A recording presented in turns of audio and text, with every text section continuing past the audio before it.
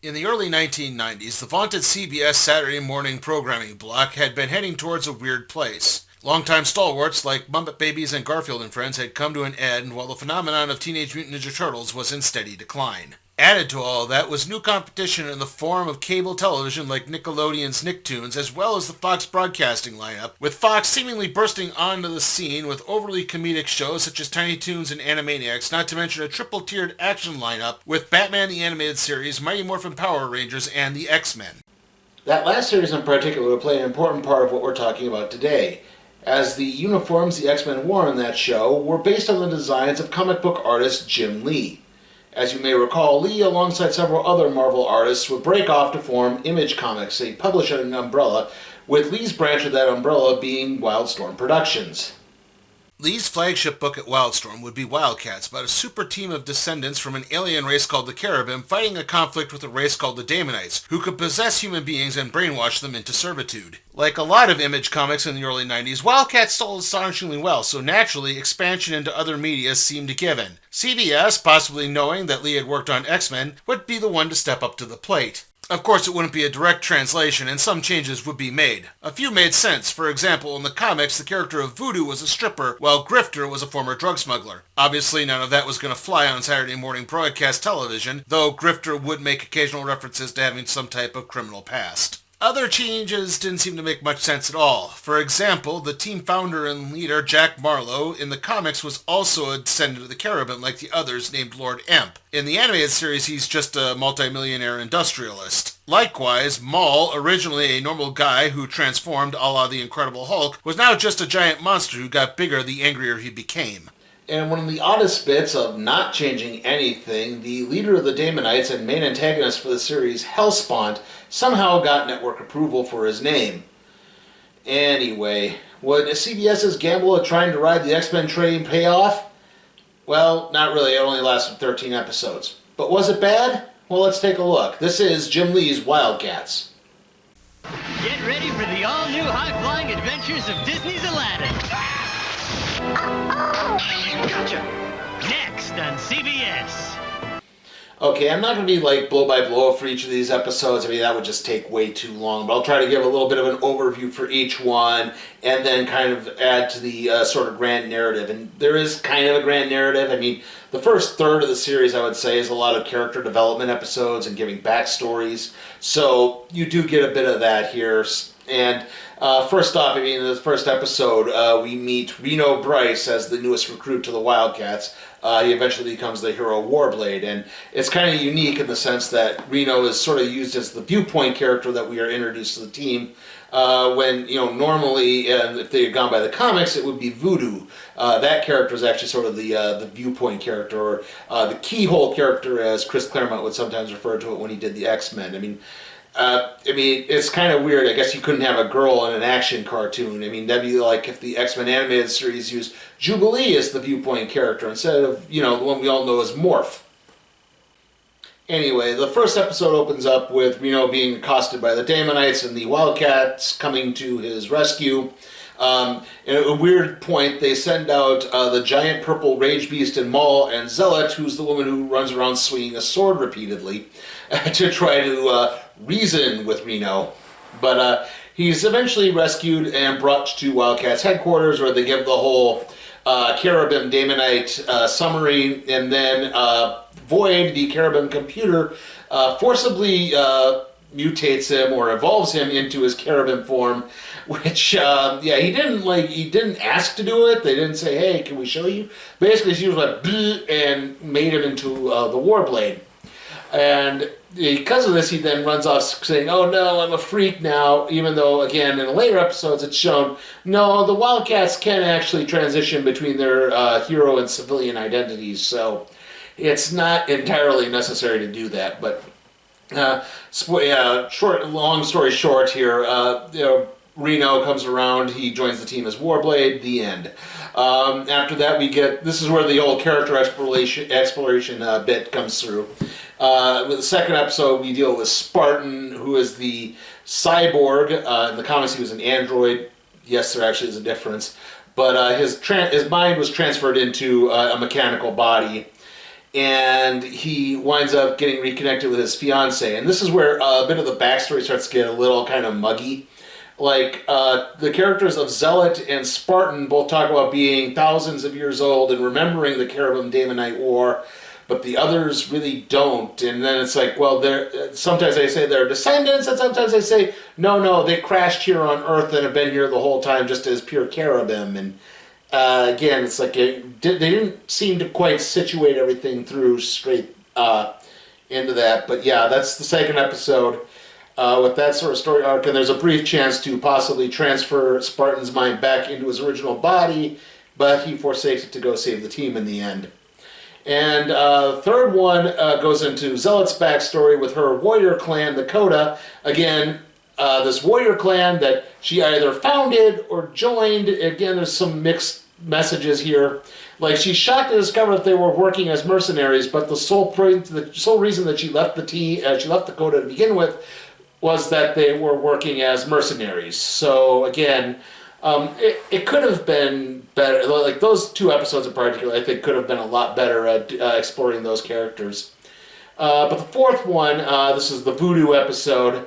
They don't, again, another deviation from the comics with the Voodoo episode is, again, obviously she's not the stripper, but they also don't mention that she's, in her lineage, there is both Daemonite and Cherubim ancestry. Again, that's something I think could have really been explored well. There is some maturity in this, like they do kind of have a continuing thread through most of these episodes. Although it does rather humorously lend itself to a couple of scenes that in no way can be taken out of context. We were kept busy. Another team was in here nailing someone close to the president. Anyway, again, we get more of an exploration into Voodoo's past. I mean, I made that joke about the Viewpoint character, but I think she's actually really meant to be the Viewpoint character. She really should have been, but instead, like, she's already on the team in the first episode, and they're taking her to task without taking into account that she's, even at this point, she's only supposed to be like 19 or 20, and still very much a kid who grew up on her own. So it's basically... Zealot and the older WildCATS take her to task for not following through and even though she's basically been forced into this.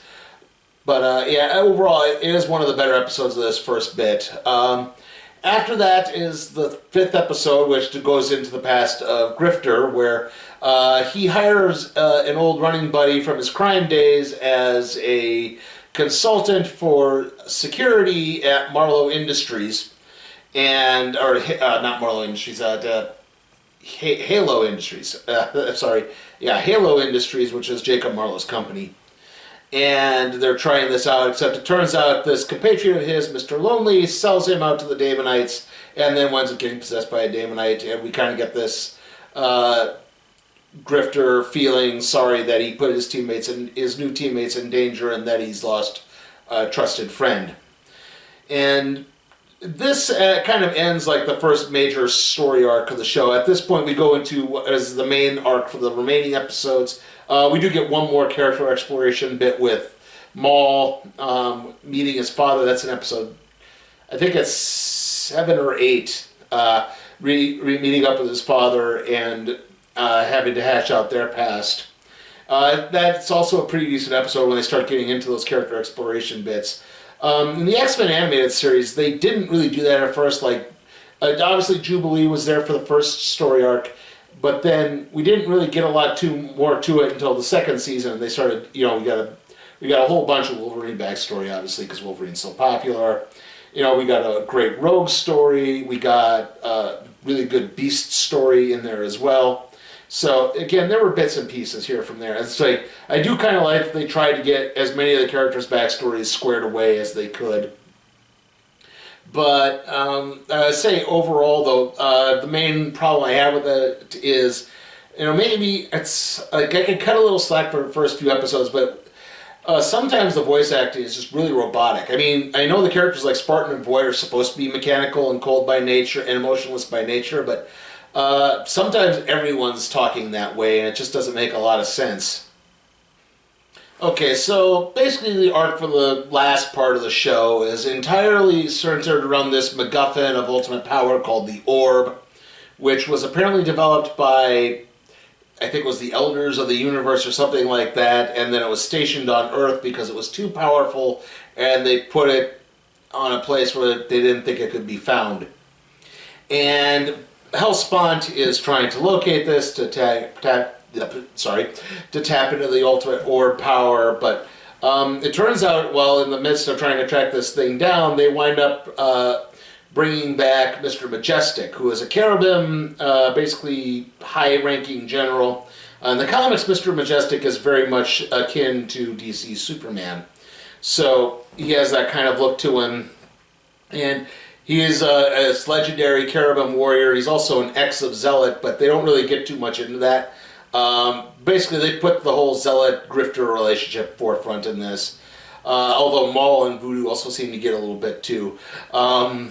But yeah, Mr. Majestic shows up, but he's not all that he claims to be. In fact, it's sort of revealed that Spartan has been blaming himself for the Cherubim crashing on Earth, when in reality it was Mr. Majestic's fault, and he had basically put himself in a suspended animation to try to live this thing through. And after getting the ship damaged and causing it to crash on Earth. But yeah, again, like there's sort of a don't trust what you see at first. In fact, there's kind of a lot of that in the second major story arc as well. There's a lot of, again, we kind of had that with Mr. Lonely, that was Grifter's friend in the first part, or last bit there I was talking about. And then, we have Majestic here, and then there's another point after this too, where it's actually, again, back to Grifter. Grifter's the Wolverine of the WildCATS, if you haven't figured out. But he tracks down his brother, who works for a government organization called Black Razor, and so we get this sort of don't trust what you always see, don't judge books by their cover, basically.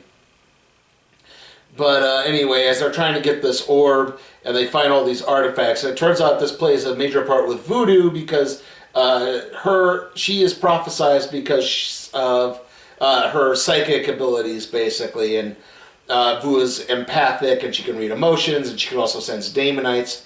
Again, this is probably where the idea of her having both Cherubim and Daemonite lineage could have maybe played into that, but I guess they just didn't have enough episodes to explore that, unfortunately. And obviously this winds up heading to... Majestic is dealt with, and he gets sucked into a portal, so yeah, he doesn't show up again for the rest of the series after that. But then after that, we get a lot of shenanigans again, leading to a big two-part finale where Hellspawn, they finally locate the orb with about 4 episodes left, and then they start working on trying to free it, and that leads into this two-part finale where Hellspawn makes his big gamble play.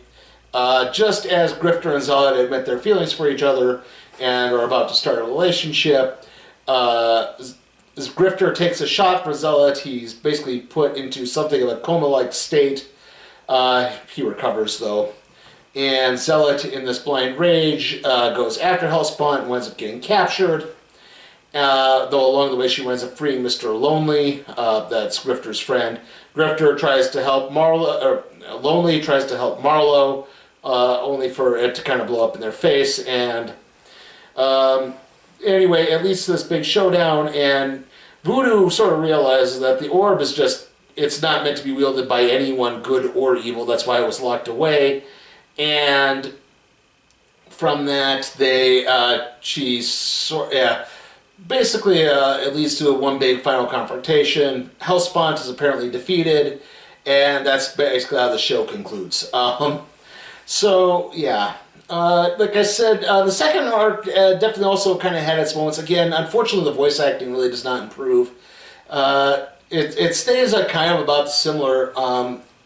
Also, characterization sometimes gets really wonky at bits, too. Marlowe, when he starts out, is very straight-laced, very trying to help everyone, but other times he starts making jokes like one bit they're trying to locate where the orb might be, but they find Blackbeard's treasure instead. which is in South Africa, which is weird because Blackbeard's never been to South Africa. He worked off the Carolina, like he worked in like the Caribbean, off the Carolina coast of the Carolinas. He never did. He never went as far as South Africa. And suddenly it all became, oh, maybe I can find that treasure and make more money. It suddenly became more about spending money. It became like this really bad Scrooge McDuck-like character that just didn't seem to work at all. And so kind of from that, there's a little bit, like I said, it could have been better, but it didn't seem to aim too well. I'll give more of my overall thoughts in just a bit. Hear the sound razor-sharp adamantium claws make when they extract their revenge.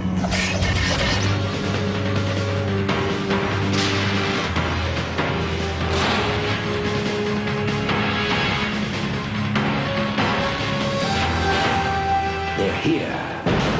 Marvel's X-Men on Sega Genesis. System the game, sold separately.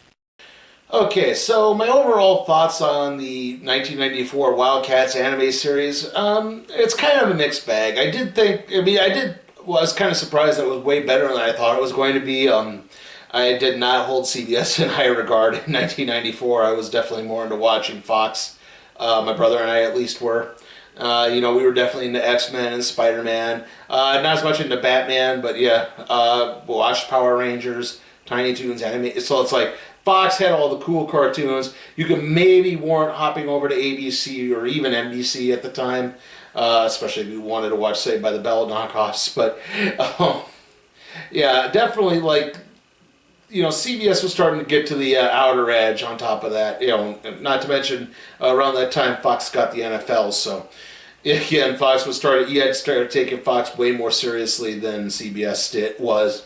And again, even when comics-wise, my brother and I were way more into Marvel. We never really got into Image. We did we did have a few Image comics here and there. Obviously Spawn was really big. But yeah, I don't really remember being into WildCATS that much. So, like I say, it was better than I thought it was going to be. And I thought the animation was pretty decent for the most part. Not great, but definitely more than serviceable. Again, if I had really a bad complaint, I did like, again, that they did do a lot of long-form storytelling in this. They did work on trying to develop the characters as best they could. It didn't quite seem to work out, as like I said. Sometimes characters act one way when there should be acting another. It's like, okay, they say one thing but then do another thing, and then they do another thing but say one thing, and it doesn't. It sometimes gets a little mucked up, but like I said, the voice acting too, it's really robotic at times. Just it didn't seem like you could definitely tell even on the X-Men and Spider-Man series, those people really enjoyed playing those characters. And I don't think the voice actors here really did. They really seemed to kind of be just trying to earn a paycheck, really. It didn't seem like they had any heart for these characters at all. And if you might notice too, like I did say character development, but the villains themselves are pretty flat and uninteresting. You may notice I didn't talk much about Hellspawn and his lackeys, Pike and the Troika and Spellbinder, or is it Providence? They call her both during that, but yeah, they don't really do much at all during this, except they do bad things, and we don't really get much insight into their characters at all. Even at this point in the X-Men animated series, the first season, you had, Magneto and a lot of the Friends of Humanity stuff that was really deep and well-rounded. And this really didn't have that. It really, overall, WildCATS really does come across like, discount X-Men, basically, and because of that, I am going to give it a C. Like I said, not terrible, but it could have been better, I guess. Maybe my standards are a little too high for mid-90s animated television series, but there you go. Wednesday, is this stuff too hip for TV? Like when your Thanksgiving dinner gets way out of hand? Mike, why don't you take your father out back and hose him down? Then, how do normal Mrs. Bees become killer bees? We're giving you a cavity search. Why would you care about my teeth? The 5 Mrs. Buchanans on a special night after the boys are back Wednesday. Okay, so I guess I'll end this with a bit of an update on what exactly the future projects are. Obviously, AEW decided not to do the Blood and Guts match on the 25th. I understand why, but again, that plan's kind of out the window. WrestleMania, like I said, is being held over 2 nights, and it seems that a lot of it is being pre-taped, and because of that, I don't feel entirely comfortable doing, maybe I'll do it if I could keep spoiler-free, but if I get spoiled, like, don't expect a WrestleMania predictions video. It just doesn't seem kind of right to do it for, a pre-taped event where, again, something could easily get slip out. Even then, we don't know exactly how much of it is being pre-taped. I'm guessing, they've already said it's pretty much, I think they said Roman Reigns and Goldberg and The Fiend and John Cena is getting pre-taped. I'm guessing the Boneyard match between Undertaker and AJ Styles is probably also getting pre-taped. Update. While I was editing this, news broke that Roman Reigns will not actually be able to compete at WrestleMania 36 for the Universal Championship. This is due to his immunosuppressed status stemming from his bouts of chronic myeloid leukemia. There's no NXT TakeOver this year. I think they already said that was getting canceled, but they're spreading it out across the weeks on the NXT show, on the weekly NXT show instead. So unfortunately, that means there's not going to be a recap review of that. And even then, the NXT TakeOver Dublin also just got canceled. So that's what the professional wrestling front looks like. The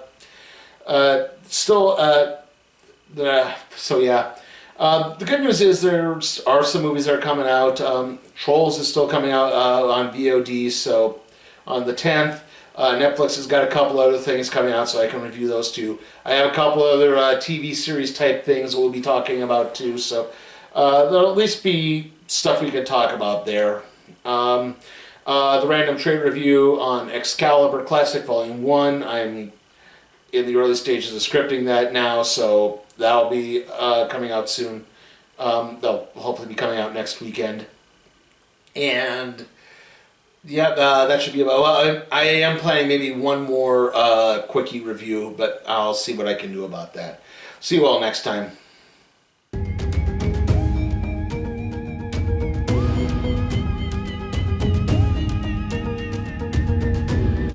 Hey guys, remember, you can help support my channel at patreon.com/sleepytimeforcat productions, where you can help request a movie, even if it's something like, say, Sonic the Hedgehog or the next Purge film. I'll review it.